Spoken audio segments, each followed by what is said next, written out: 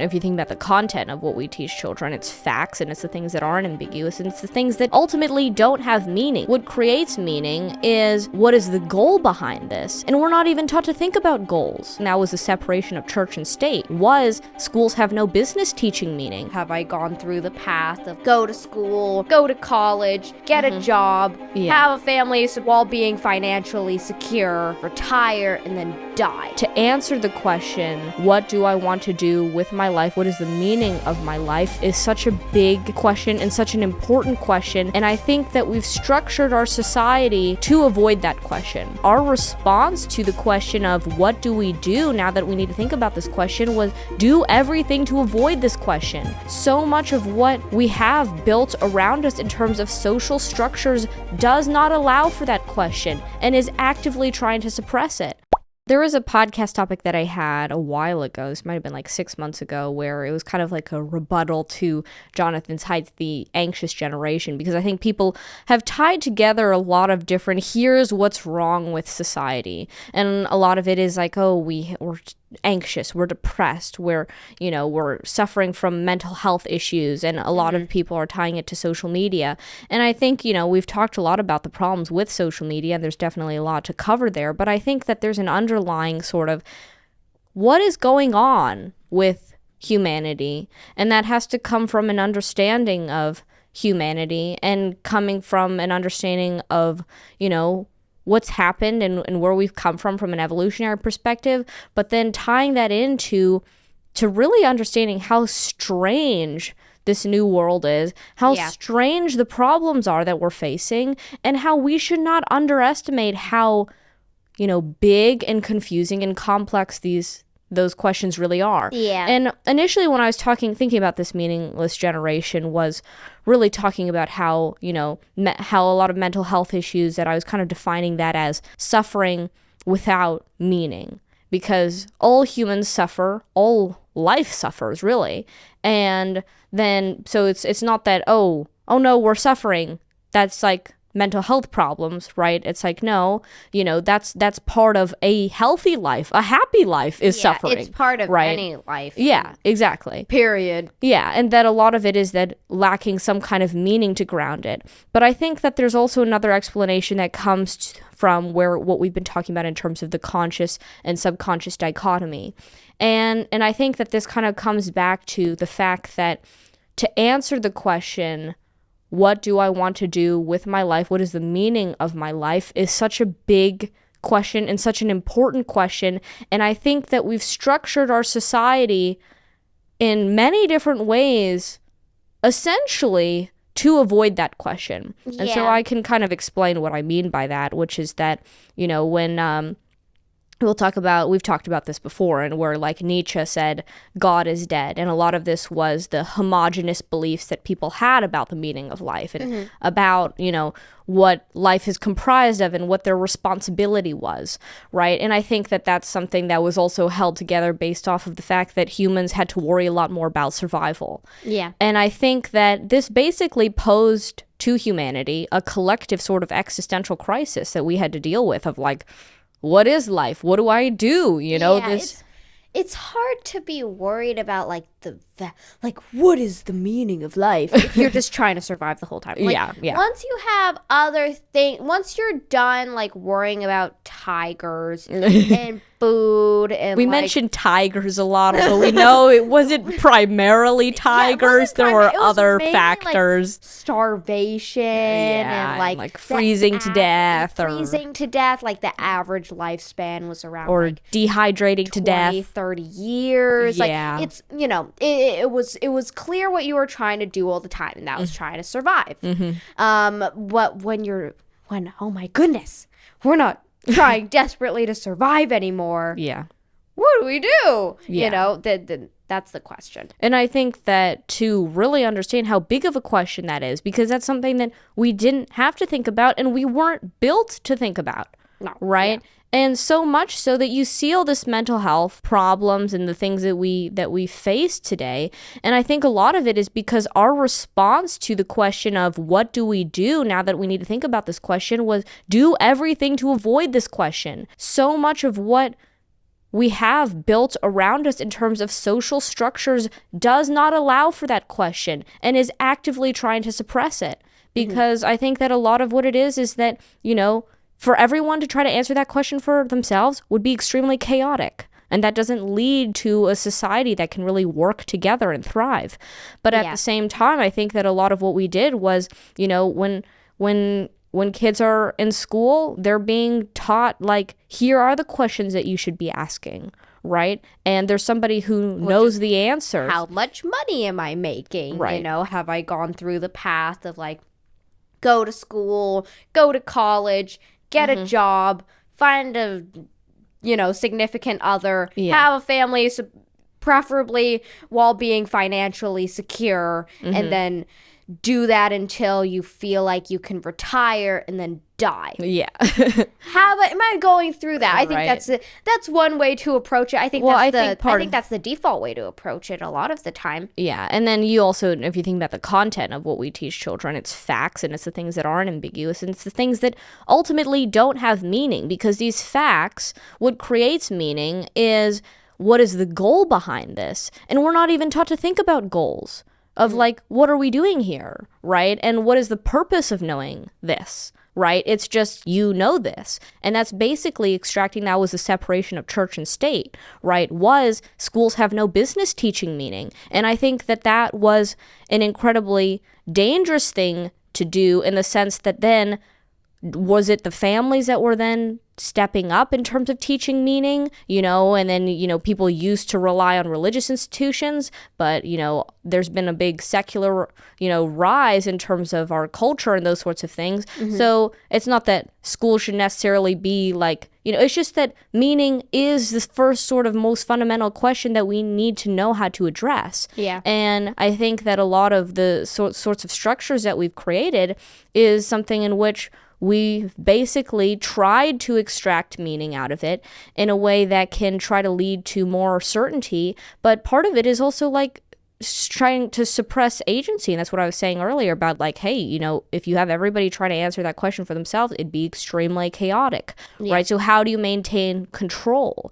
And part of it... And it's also like, I think something people will do with like companies and like just generally like, oh, the government, they'll kind of talk about it as in like this thing, nebulous thing impose this problem, but this is like, people did this to themselves, this is what people decided to do because the question's scary. So you're gonna, iterate and improve and grow upon, let's come up with a structure.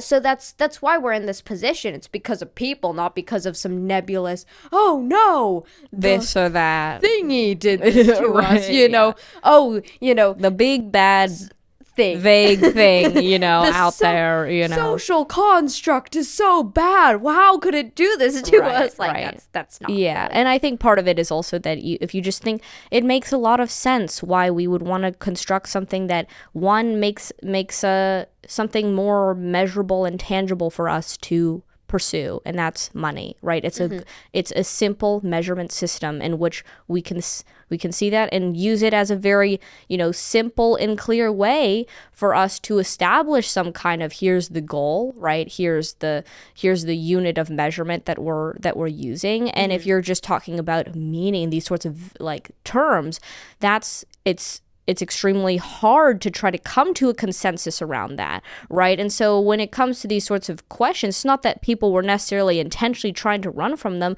but practically, if you're trying to create a societal structure in which people are going to be able to coordinate, it makes sense that you would try to extract the uncertainty out of it, right? But the uncertainty includes the meaning of the meaningful questions of, what are we doing here? And not just what are we doing here, but even just being able to, think about your own sorts of emotions and your own sorts of uncertainties. So if you think about all of the things in which we've been doing to essentially suppress uncertainty, right? It is these societal structures of like, hey, you go to school and you get these grades and you have a job and you have these sorts of like social constructs in which you understand here's the I'm going to a job so I can get money, right? That's very simple. That's very easy to wrap your head around. And I think that a big part of what I'm thinking about in terms of what is causing these sorts of mental health crises is that you can become so far removed from yourself, so far removed from something tangible, so encapsulated by these constructs that you go insane, because that's what happens. It's like if you don't understand how to deal with uncertainty, and what everything that you think you know and that everything that you do is built upon this construct of certainty, then you basically are trying to cling desperately to that construct of certainty to avoid those uncertain questions. And I think that the big question is, how can we build some sort of system and structure of understanding and values that allows us to be comfortable with that sort of uncertainty, right? Because I think that that's part of what leads to, if you're suffering without meaning, right? Because you're in these structures and you have these goals and you're suffering because that's what life is about. You're going to suffer, right? But then if you don't have that understanding of why and what am I doing here, and it's so detached from anything tangible, then of course you're going to be stuck in a position of, I don't understand why am I anxious? Why am I depressed? And then also, you're not going to have anything you can actually do, because it's like, it's so much less confusing when you've got, like, even if, of course, it's not enjoyable to get a wedgie, but at least the kids who got a wedgie and are feeling like embarrassed, they know what to put the finger at, right? And then they know they know how to explain their emotions. And then I think some people, they'll definitely explain their emotions away, but because these questions and answers are so confusing, then they'll often point the blame at something that's not at all it, or at least it'll just be very vague, just like painting a narrative that's not actually real. And that's why these ideologies are so encapsulating, because you don't want to think about your life as just some oversimplified construct to try to maintain certainty, right? That's not how people think about their lives, right? But then instead, you still want to think about what's something that is providing meaning. What am I doing here? And then a lot of these, narratives give you really easy answers.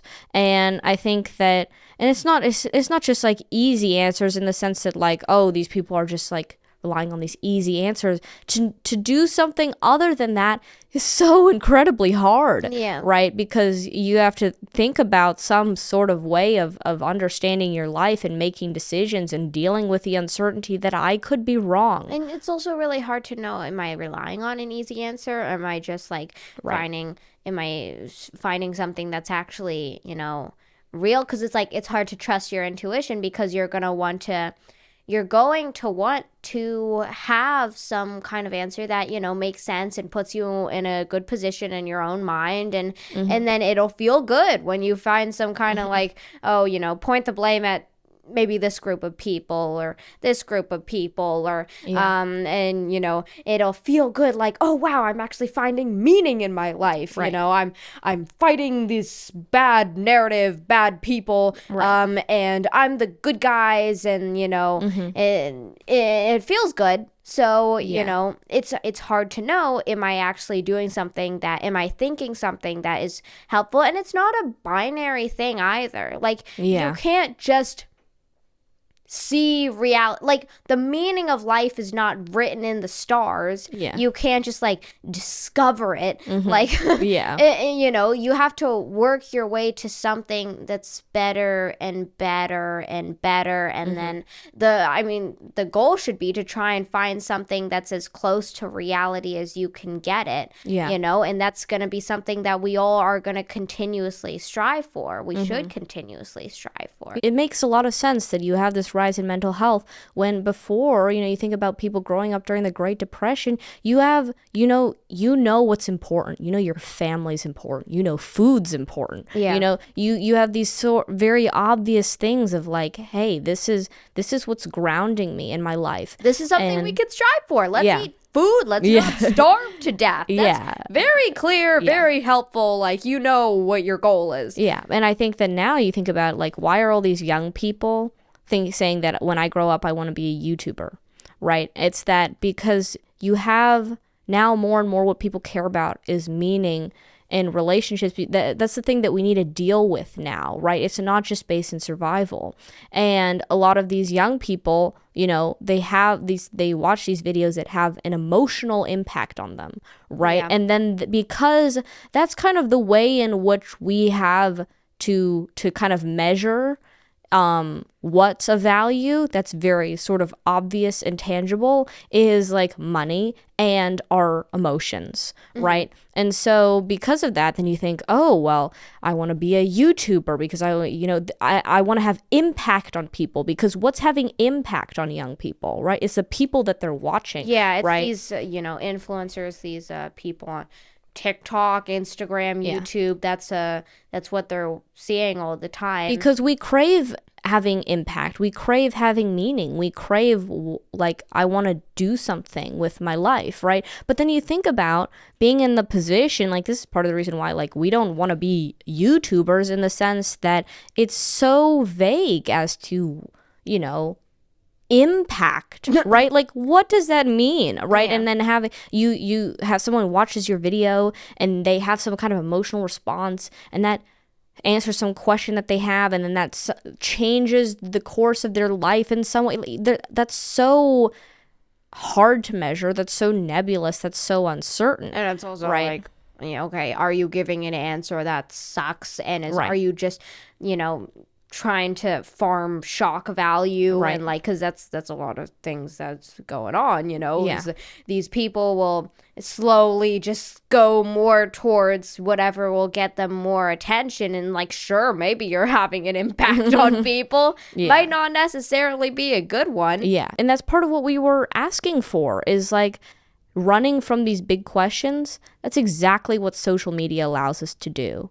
Is if I have a moment of anxiety, or if I have a moment of just asking, like, oh, maybe I did something wrong there, and you don't want to think about it, you get the most stimulating things to get you to forget about it. And right? Also, like, in terms of our animalistic impulses, we're going to seek out those things. That's why it's showing us those things. Part of it is just, it's suppressing free space, and that free space has the potential for uncertainty, which is why we don't like it. But what that's doing is it's suppressing time and mental clarity. It's suppressing agency, and that's suppressing basically our free will, and that suppressing that agency is also suppressing responsibility, right? Because to know that I'm in control of my decisions and to have to think about them that's the mechanism for accountability. That's the thing that, like, when people are hit with those sorts of things, they start to question,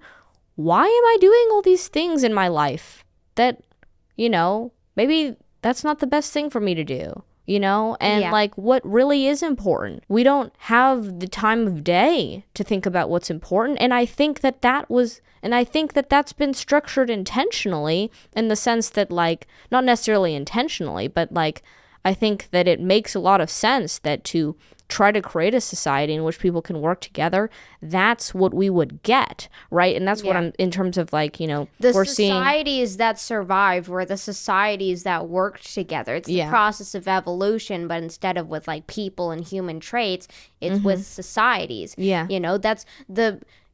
If society couldn't work together, it wasn't a society, it didn't survive one for very long. And these structures are so prevalent, we don't even perceive them, in the sense that it's baked into our language, it's baked into our perception, in terms of, oh, here's what life is, right? When we think about what is our life about, right? It's something that is not something that is really lending to, something that would allow us to be maximally free. These kids, it's like you're in school where you don't get to think about your goals, and then you're at home and you're on social media, so you don't get to think about your goals, right? And it's the mechanism of boredom is something that is very, very new, because we used to have to just survive, and now, because we don't need to do that. We're filling up that time with social media and things to stimulate us, so we don't have to have those sorts of existential crisis prompts and thoughts and questions. And it makes a lot of sense that we wouldn't want to deal with those things. And I've had people in my own life who would tell me like, oh yeah, I'm doing this job, so I have something to do. And it's like, something to do? What kind of answer is that? What kind of motivation? Oh, it's something to do. And it's like, we're so scared of not. People. Yeah. What does that mean? Right. Yeah. We're so scared of not having something to do, so we have literally just have to sit with ourselves and think. Right. It's very hard to find the time to think and sit with ourselves when we don't want to think and sit with ourselves, and we have endless amounts of distraction ready. Yeah. And that's what it is. And like, it's another Bo Burnham quote. He's like, every night you have to pick between staring at the back of your eyelids or like a million other things. And it's like, but the thing is not just the back of your eyelids being boring. It's scary. Yeah. And of course it's scary because, you, especially nowadays, because a lot of this conscious framework that we've created, it's showing its flaws because it could only work for so long, because now we've kind of put ourselves in a place where we're so conscious oriented and we've optimized for that for so long that now that's not scarce anymore. That's not really valuable anymore, right? Now we have these machine learning models that can do all that for us, right? And so like the cracks are starting to form in terms of this basis of a society that we've created. And I think that is going to lead to another sort of existential crisis that we need to face, right? Because what happens in a world where all these college degrees and all these jobs that people are trying to get are being replaced, and now we have to think about, what does life mean now, right? When we don't have such a clear, obvious, conscious framework that we've concocted, right? And then we start to see this is contrived. This is not real, right? And so then what is real, right? And I think and it's a question that I think, either we run from it again and we get ourselves tied up in knots in the way that we have now, or we have the opportunity to really face it this time, because I don't think we've had an opportunity as a species to really do that, right? Because we jump so fast from survival to money and to whatever this framework of society is, and whatever you want to call it. But it's not something that's natural. It's not something that's normal. And it's not something that we've even had the opportunity to understand because we've been in it, and you can't see what it's like a fish trying to understand the water that it's been living in its whole life, right? And I think that we're drawing very close to a point where, especially these young people, like they've been going through a school system, and then they're like going to university, and like this is what everybody's telling them they need to do. And it's like, what happens when they realize like this isn't everything, and I'm not even able to get a job with all this that I thought was everything that I needed to do. And I think that it is scary, but I think that it's also a really important opportunity for us to be able to try to think about intentionally, because I think that, as these institutions and these sorts of paradigms start to crumble under all the weight of these unanswered questions and the fact that, it's not going to keep working forever. Yeah. What are we going to do about it?